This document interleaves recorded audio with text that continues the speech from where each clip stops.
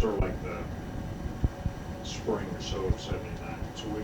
So I've been working for him now for, a year, a few months, and we put that together. Then he decides, and Yerkes influences him to send me out to take over the recruiting command, because I followed it enough to know where the bones were buried in recruiting business, and got some inkling as to what had to be done out there. So it didn't really come as a surprise, although I really didn't want to go do that. I mean, I wanted to go to the division. I hadn't been in the division since I'd been a Debris commander, and I hadn't been an ADC of a division. I felt I was going to be getting behind my contemporaries, and I would not be suitable for advancement. So I really didn't want to go do that. So that's sort of the PA&E thing. I mean, PA&E is a bunch of dog rubbing, day-to-day, calculating, turn-in programs, evaluate programs, evaluate select committees on that are doing business on a variety of things. I guess I was accused by most people in Celcom of always presenting a new set of charts and data 1 hour before the meeting took place, so nobody could ever get their ducks in a row, which is true. That's the tactic, yeah. And I remember one guy, Percy Pierre, said to me, Percy was the Assistant Secretary of the Army for Research, Development, and Acquisition. One day he said to me, you always zero base everything in the acquisition business. I want you to zero base the operations and maintenance account. No mean trick, but we did that.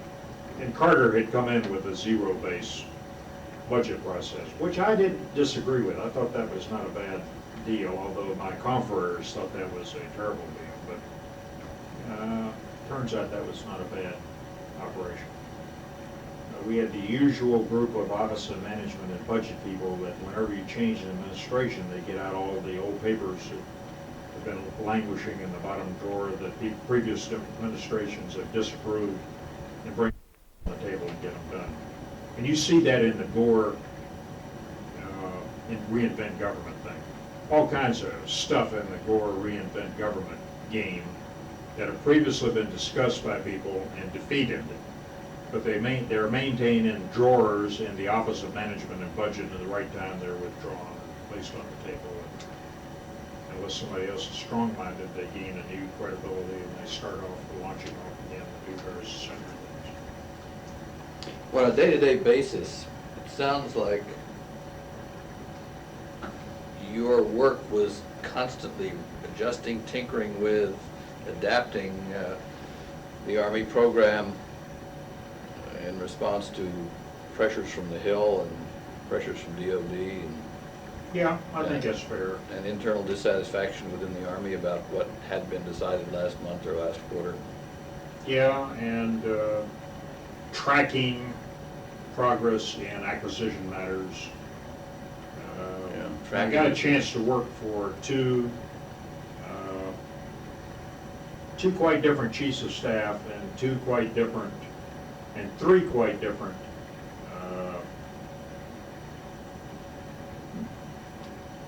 guys as the vice chiefs. One of the vice chiefs in those days was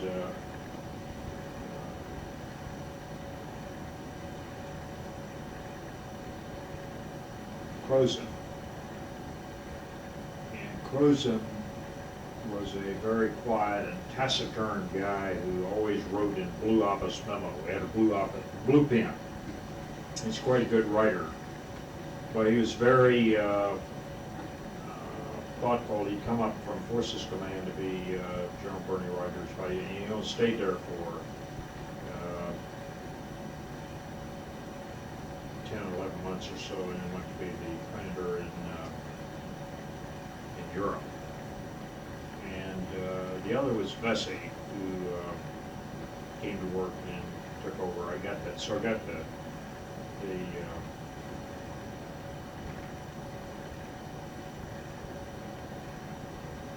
tail end of the tail end of Dutch Kerwin, who was a very, very savvy guy. And I learned how to run meetings under Kerwin. Kerwin, and every time we'd have a select committee meeting, which is all the pachyderms in the Army, save the chief, who did not attend, and the secretary did not attend, but the undersecretary was there, all the secretaries, and all the lieutenant generals in the Army. Kerwin would go around the room, and when we got all done, he'd go around and point at everybody and say, "Now, do you agree?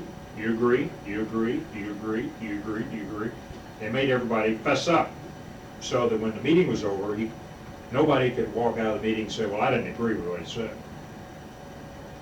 They'd all go on record.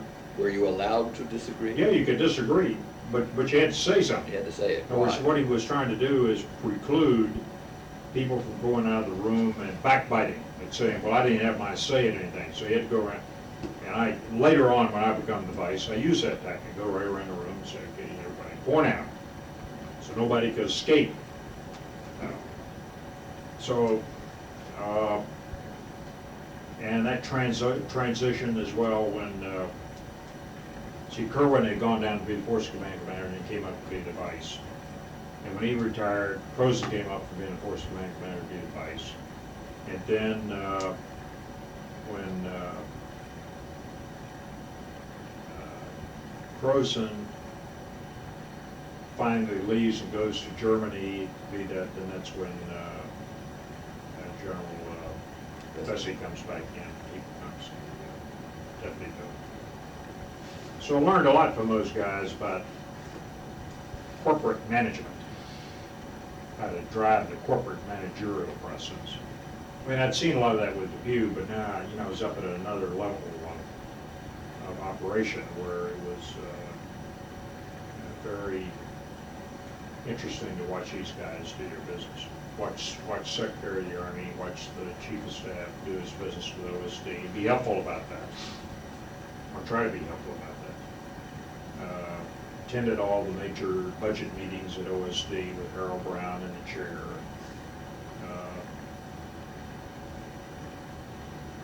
Go into one of the sessions at 10 major issues for the program. Interesting. It's how the government works. When the situation, when there's a perception within the Army that the Army is being shortchanged, this is an extremely relative notion, and of course be challenged by the people who made the decision about how the budget should be, and it'll be challenged by the Navy and the Air Force. And so what is the leverage that you and the other people who work with you, Sam Nunn, for example, what's the leverage? Well, at first you had to convince Nunn, because he's not necessarily an Army. Normally you're fighting those battles inside the building, and so you fight the battle inside the building, and in so doing, you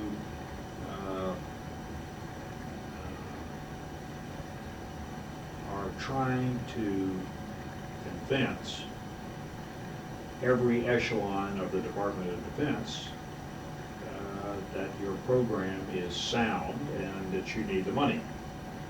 Now, in the final analysis, you end up going up to what is called a major issues meeting. Those things still happen. I mean, 20 years later, they're still going on major issue meetings. And that is the last time that the Chief of Staff and Secretary of the Army or Secretary of the Service have an opportunity to present their case. And Harold Brown was a very open guy, and he'd let you debate. He'd debate with you, very smart as hell. He'd been previously the Secretary of the Air Force. So a lot of people thought, his bias was to the Air Force. But he would let you argue the issue, and then when the issue finally came to resolution, he'd make a decision about it. But we perceived we were just not as well endowed. We didn't have as much procurement money, for example, and as we thought we ought to have. And but I must say that Brown did keep all of the R&D programs essentially intact, which later, when we get ready to Reagan's come aboard, why then we're able to blossom up and turn them into absolutely first-rate hardware. Now, I will say that in the people issues, we got very good support from the underlings. There's sort of two levels of support you got to get. You got to get a level of support from the underlings at OSD who write the issues for the big guys to play with. Now, PA&E in those days was a very powerful instrument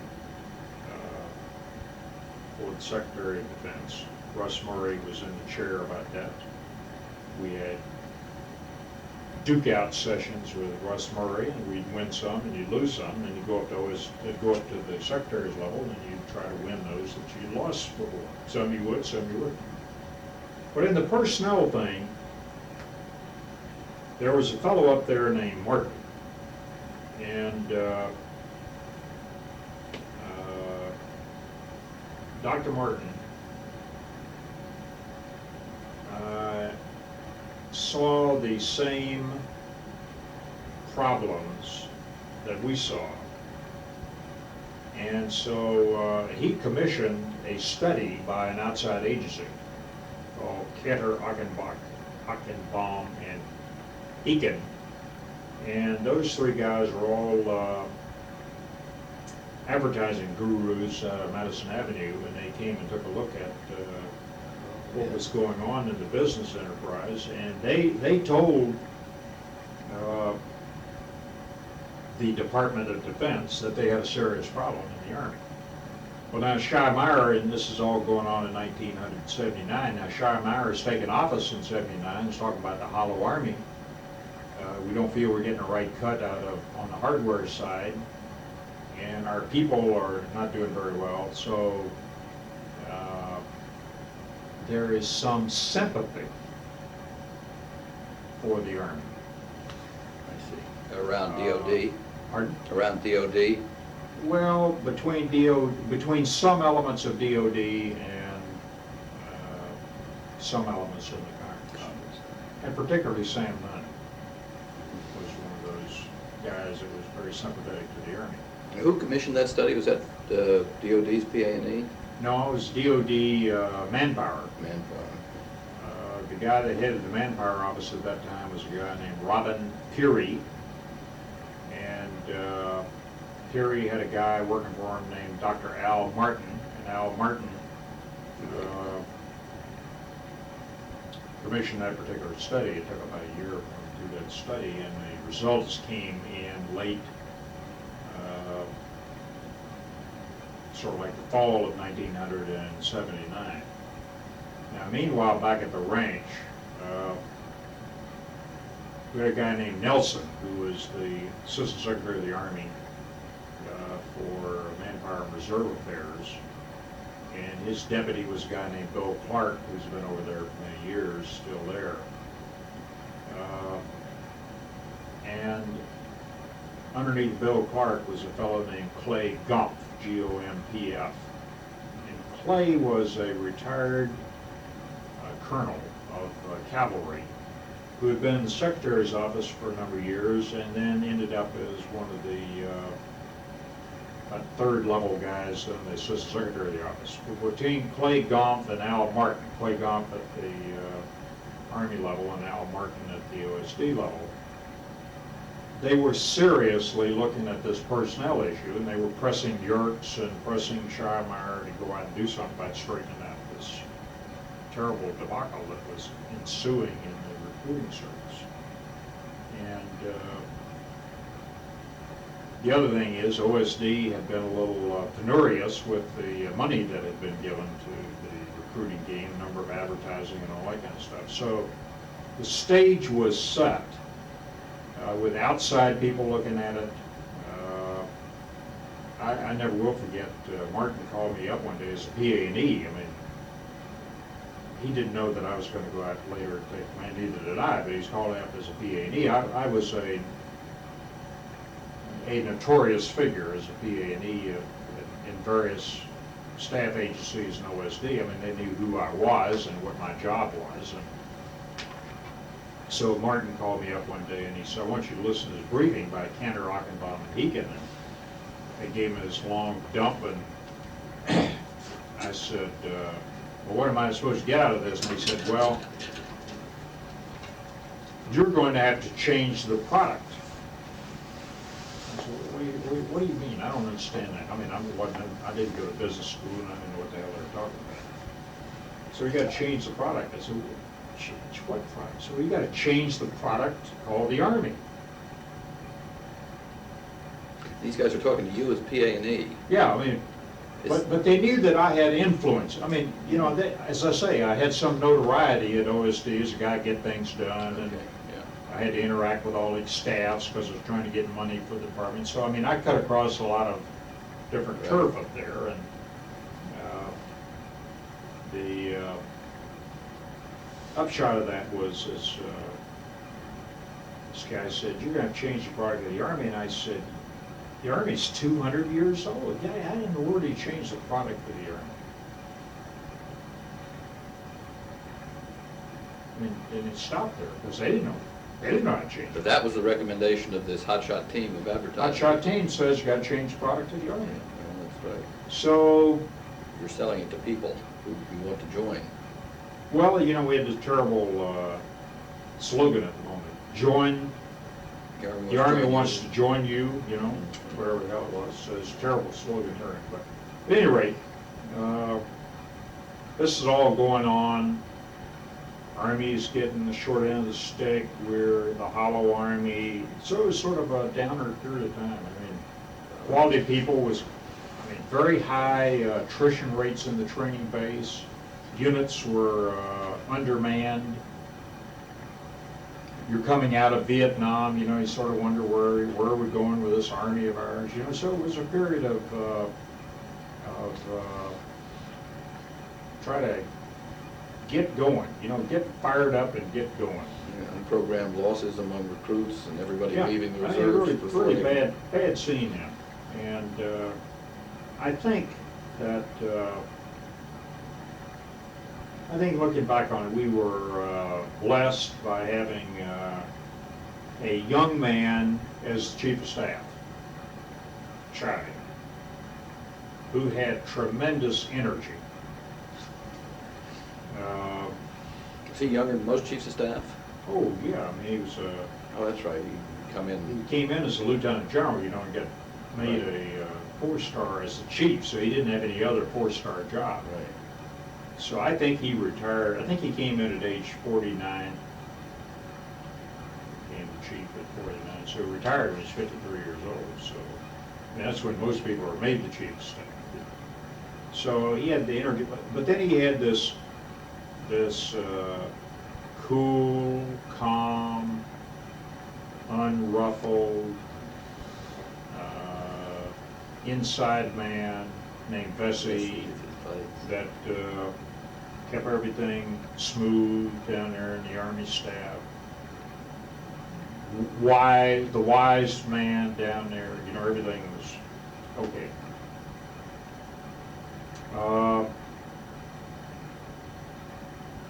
So that's sort of the PA&E days.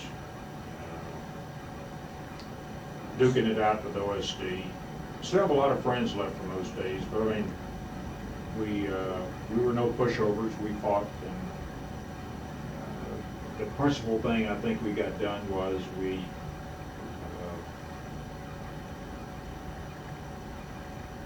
Shai and Don Starry started the process for changing once again the Army doctrine, which would come out in 1983 or 4 about that time, the airland battle doctrine, which was a doctrine of offense. The second thing I think we got going is, or we held on to is we held on to our R&D money.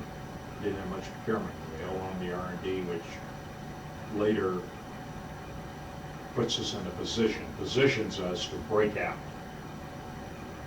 Then Shai had highlighted with the Hollow Army game that something was screwy with the personnel situation.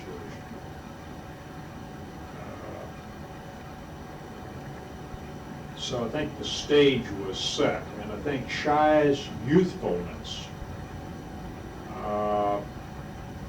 gave hope to a lot of young officers.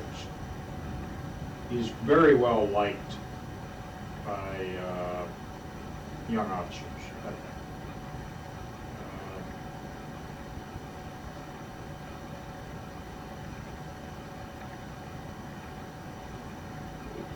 He would leave Washington and he would fly to places around Army posts and just drop in so that nobody went through a big rat screw getting ready for the chief's staff. He'd just drop in. Even the crew wouldn't know where he's going. Tell them open the flight plan to the west, to Memphis, Tennessee, and we'll tell you where to go when we get to Memphis. Good security. Yeah, that's how to inspect. So the young people, the Schwarzkopfs and the younger people who were coming along would all be ready, they'd get sort of juiced up that they had a vigorous leader. And meanwhile, back at the ranch, the staff business went on with a great deal of supervision by a guy named Vesey, who is a terrific guy in the submarine. So that's sort of the PA&E days. I mean, you sort of say, well, geez, not much exciting about it. Oh, it sounds like it's real minute, really. A staff job generally isn't exciting. Trying to mind the store and PA&E, trying to get resources. And there I can tell a dozen tales. General Bernie Rogers had a mercurial temper. And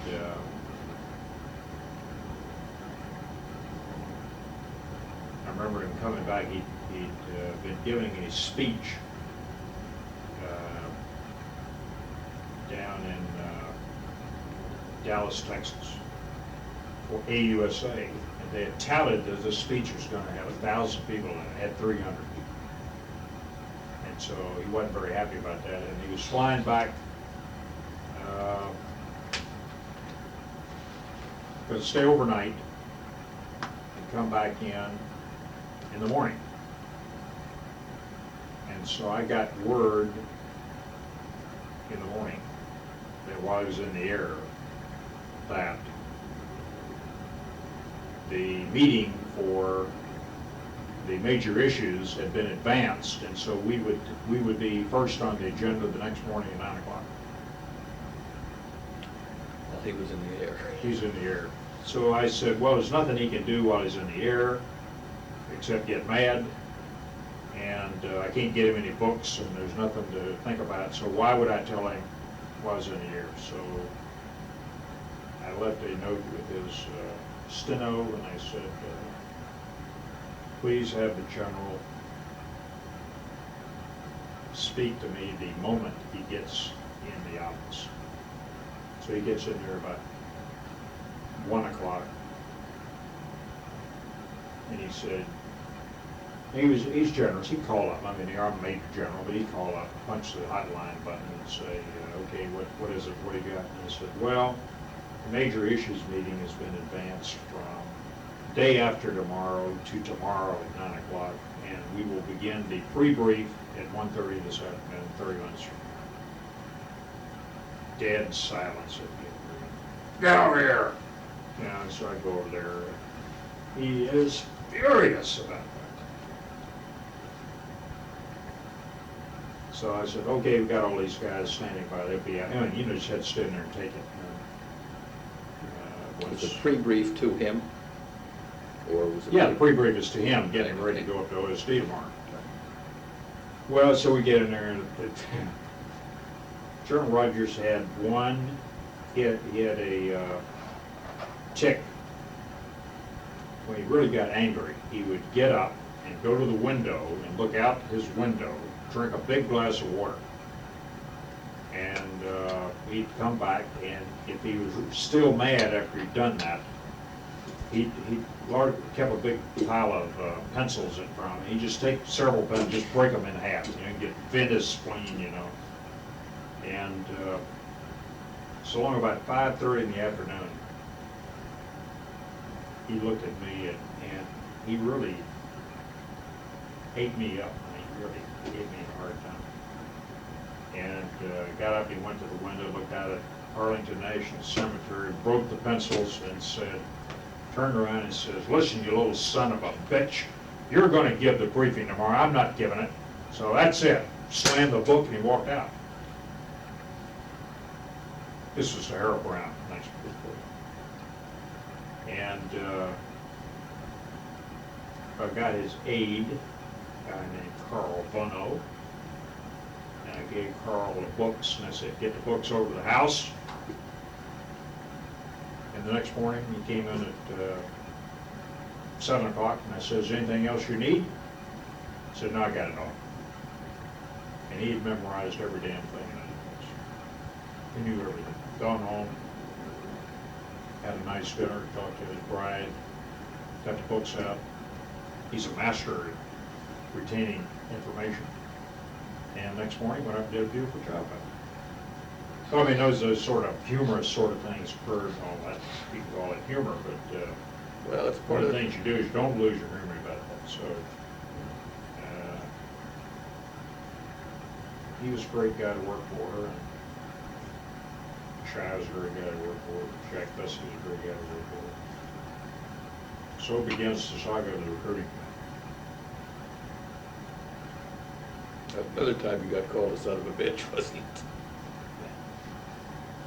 Well, the recruiting command story goes, Shai says, "Okay, you're going out there and command recruiting command." And I said, "When?" This is November, like November the 15th or thereabouts. He said, like, it's about that time. It was 1979. He said, "I want you out there in 2 weeks." So I believe I took it over on the 29th, but I have to look at date time groups, so I think I took it over the 29th. Now, the commander, General Mundy, did not want to have a change of command. Did he feel like he was getting sacked? He did. And was he being sacked? I mean, or did he? No, I don't think that was the case. Bill was a respected guy. He had been a commander of Milperson, or the head of OPD in Milperson, so he did personnel business. I think it's more, he felt that the department wasn't supporting him. And that's probably right.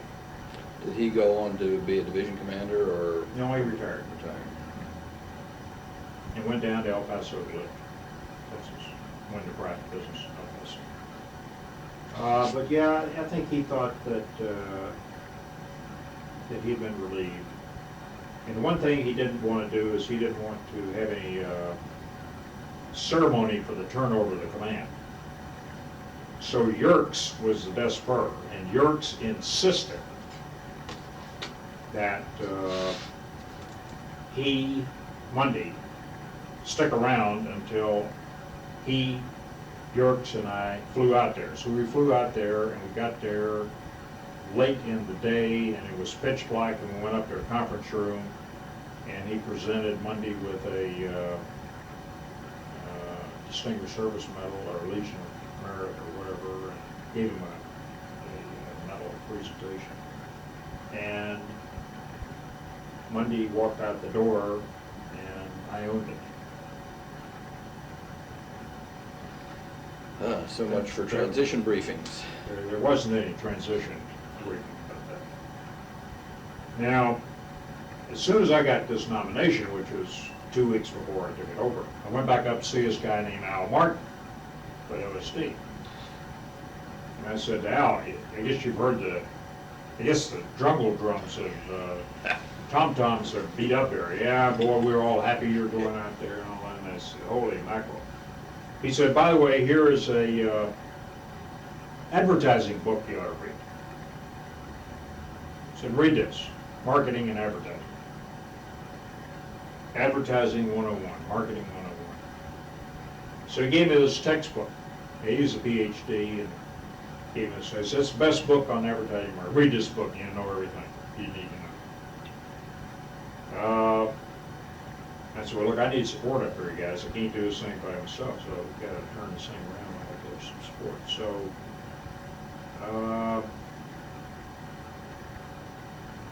I guess Shy had gotten that approved by Clifford Alexander, but I don't know that. I still to this day don't really know that. Your appointment? Yeah.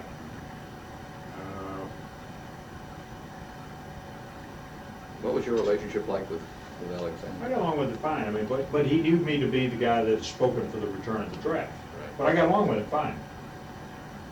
And I got along with his principal in the personnel business, who's a guy named Bob Nelson. Got along with him fine. And he was followed by a guy named Bill Peacock, and I got along with him fine.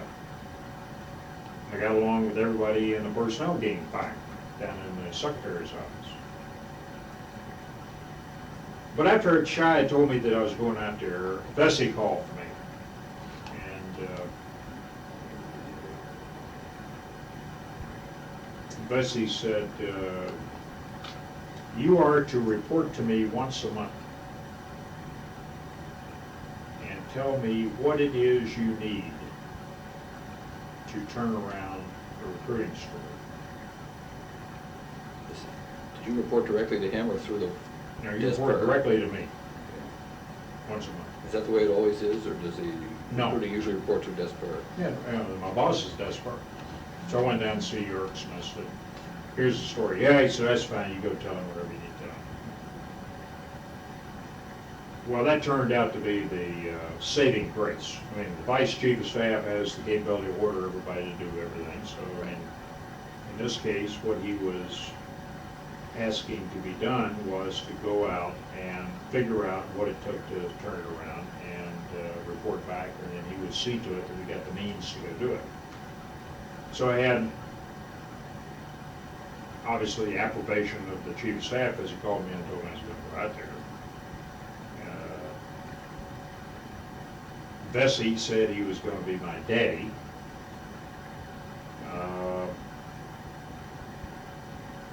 Clay Gompf and Bill Clark in the Assistant Secretary of the Army Personnel, and Al Martin at OSD Personnel. So they were all, you see, the Department of Defense had a certain vested interest in getting the Army's problems solved. Jack Marsh would later say it better than anybody could say it at that time. But when Jack was the Secretary of the Army, he would tell Caspar Weinberger, as goes the Army, so goes the all-volunteer force. Because we take in the most people, we have the biggest pool of people to bring in every year. The other services in those days were half the strength of the Army, and therefore we had a lot of people to bring in. Well, I get out there in the famous downtown recruiting game. You own it at 6 o'clock in the evening. 6 o'clock in the evening, and I'm in charge. Who do you have to help you? Do you have a bunch of brigadier generals in charge of? Well, I had two Sub- brigadiers and chief of staff. Were they the general too? Beg pardon? Was the chief of staff a general? No, he's a colonel.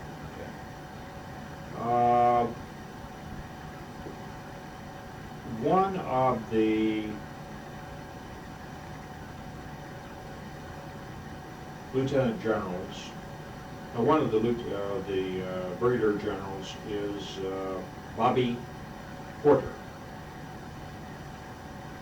One of the brigadier generals is, he's an infantry officer. One of the brigadier generals is Donald Connell. He is an adjutant general. And the chief of staff is a guy named Al Ono, an adjutant general. The head of advertising quits the day I was announced to be the head guy. Is he an officer or a? He was a colonel. Okay. So he quit. So the advertising guy, acting advertising director, is a civilian named Tom Evans.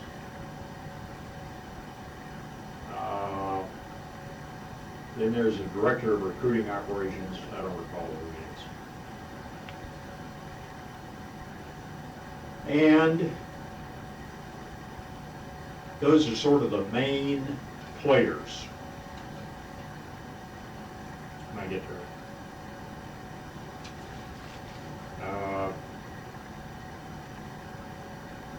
So a little bit about those guys. Porter would leave soon thereafter and go and take command, go and be an ADC, I think, in the 82nd, then he took command of the 82nd Airborne Division. Or he goes to be the 82nd Commander direct out. But he soon leaves, and he's replaced by a guy that I've known for a long time, a guy named Hardin L. Olson, Brigadier General, who comes up having been a brigade commander at the Big Red One. Comes up, and he's also has been the ADC there for a while. He comes up to be that now. Olson is an operations research guy. Connolly knows everything there is to know about personnel matters, because he's an adjutant general. And Ono turns out to be a guy who knows everything you want to know about recruiting, because Ono had started out as a recruiter in a main station in Albuquerque or someplace out there as a captain, and had come up through the ranks and had spent a considerable amount of time in the recruiting business. Evans turns out to be a terrific civilian and knowledgeable about matters advertising. Now then I put the squeeze on the Department of the Army to get me an operations research guy. Olson, the change up of getting Olson in there doesn't occur until about late June of 1980. So Bobby Porter's there all for the first 6 months that I'm here. Connolly stays there until sort of like the January or so of 81, then he becomes the DMPM in the building, Director of Personnel Policy. But in November, December, I put the squeeze on the Army for an operations research expert, and they serve up a guy's name. His name is Dennis Benchoff. And Dennis is at Fort Ord, California, and commands a maintenance battalion out there. He's an ordnance officer, chemical officer, ordnance officer. And he is finally released, and I get him in about February of 80. Now, the first thing I try to do is I try to go out and meet all of the lieutenant colonels who command the battalions, 57 of them, from Portland, Maine to Hawaii. And I want to meet those guys in 30 days. And I cannot. Well, meanwhile, one other thing, factor influences all this. The other factor is that there's a recruiting scandal going on. And there's some 500 recruiters under indictment. Everything from manufacturing false diplomas to molesting recruits to you name it, and I got it. Who uncovered this? Was it sort of a rolling thing, or did it all sort of happen at once? Well, it's a rolling inquisition going on, and Connolly's in charge of all of it. Oh, so it's an in-house thing, it's not somebody outside command who's doing it? No, it's inside the command, and we're busy prosecuting it inside the command. But I mean, it's a known stink. I mean, it's in the It's in the papers. and It's in the newspapers, subject matter editorials, and Cincinnati was a hotbed of crap. Madison, Wisconsin was one. So I mean, there are a lot of places that had all this stuff going on. So everything. This is 500 guys? yeah, there were 10,000 recruiters, and we had 500 under various and sundry investigation. Had a stable of lawyers, terrific guys, who did all this work, and Connolly was the principal investigator, and Connolly knew all of the regulatory matter. Because you recall one of the things Mr. Carter did, Carter came in and said, we're going to have a general amnesty for anybody that went north of the border. You recall that? Right. And Connolly had been one of the principals involved in that business, of sorting through that. So he knew all the regulatory matter and how you had to go through the process of investigating various and sundry things in order to make them stand up in both administrative law and the UCMJ. So the upshot of all that is,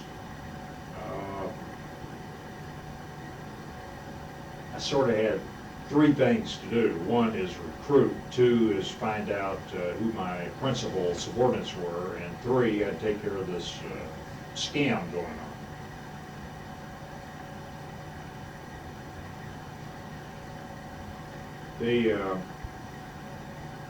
So the way I decided I would do it is I'd go on the road 5 days a week, and then I would work legal cases 2 days a week.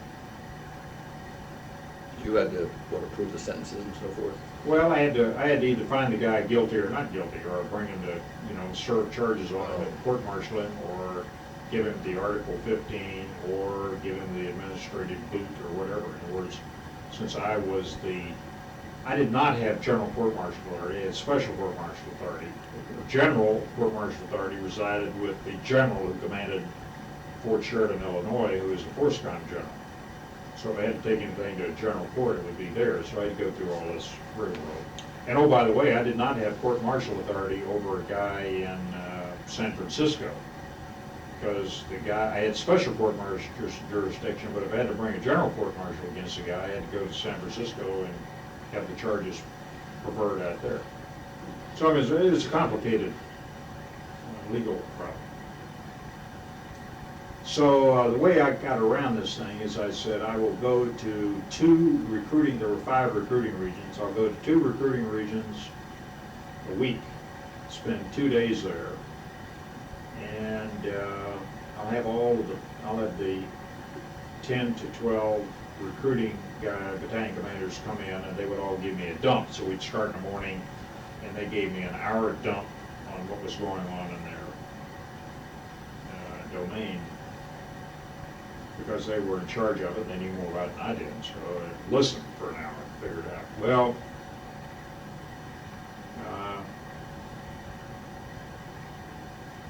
by the time I got to the 3rd one, which turned out to be Kansas City,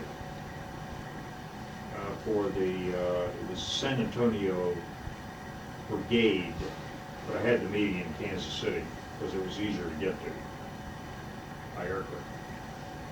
I had figured out that I'd been to 2 of these things. This was number 3, and so when they all these guys gave their dump, then I excluded all the NCOs. We had to bring their sergeant majors in and their chief of recruiting operations. So there was a 3-man team there. It was a lieutenant colonel, a sergeant major, and a the chief of recruiting operations, who would be nominally a captain or a major. The three of those guys would give me a briefing, and we'd listen to it an hour or hour and a half, and I'd probe them back and forth. That'd take 2 days. We'd bring the chow in for lunch, and we'd have dinner together, and we'd work till midnight, and get up the next morning, and start over again, listen to the rest of the guys. By the afternoon of the second day, in Kansas City, I said, okay, all the non-commissioned officers are excused, and I just want to talk to the recruiting commander. This is executive session. So I had about 13 battalion commanders in there, and I said, and the region commander, and I said, well, I finally figured out how this thing's working here. Said, you guys aren't in charge of anything. You're not battalion commanders. You're letting your sergeant majors run it for you. You don't even know what you're doing. Said, I know most of it, you can't even give a briefing about what it is. And one guy stood up and he said, you're dead wrong. You'll never forget this as long as I live. One of those challenges by a lieutenant colonel that got enough spunk to stand up and say, you're full of shit, General. This guy stood up and he said, that may be true with the rest of these turkeys around here, but I can tell you it's not true with my battalion. I run it, and I run it top to bottom. And incidentally, he used to make admission too. His name was Jerry Blackwood. I'll never forget that as long as I live. He's now a stockbroker in Arkansas.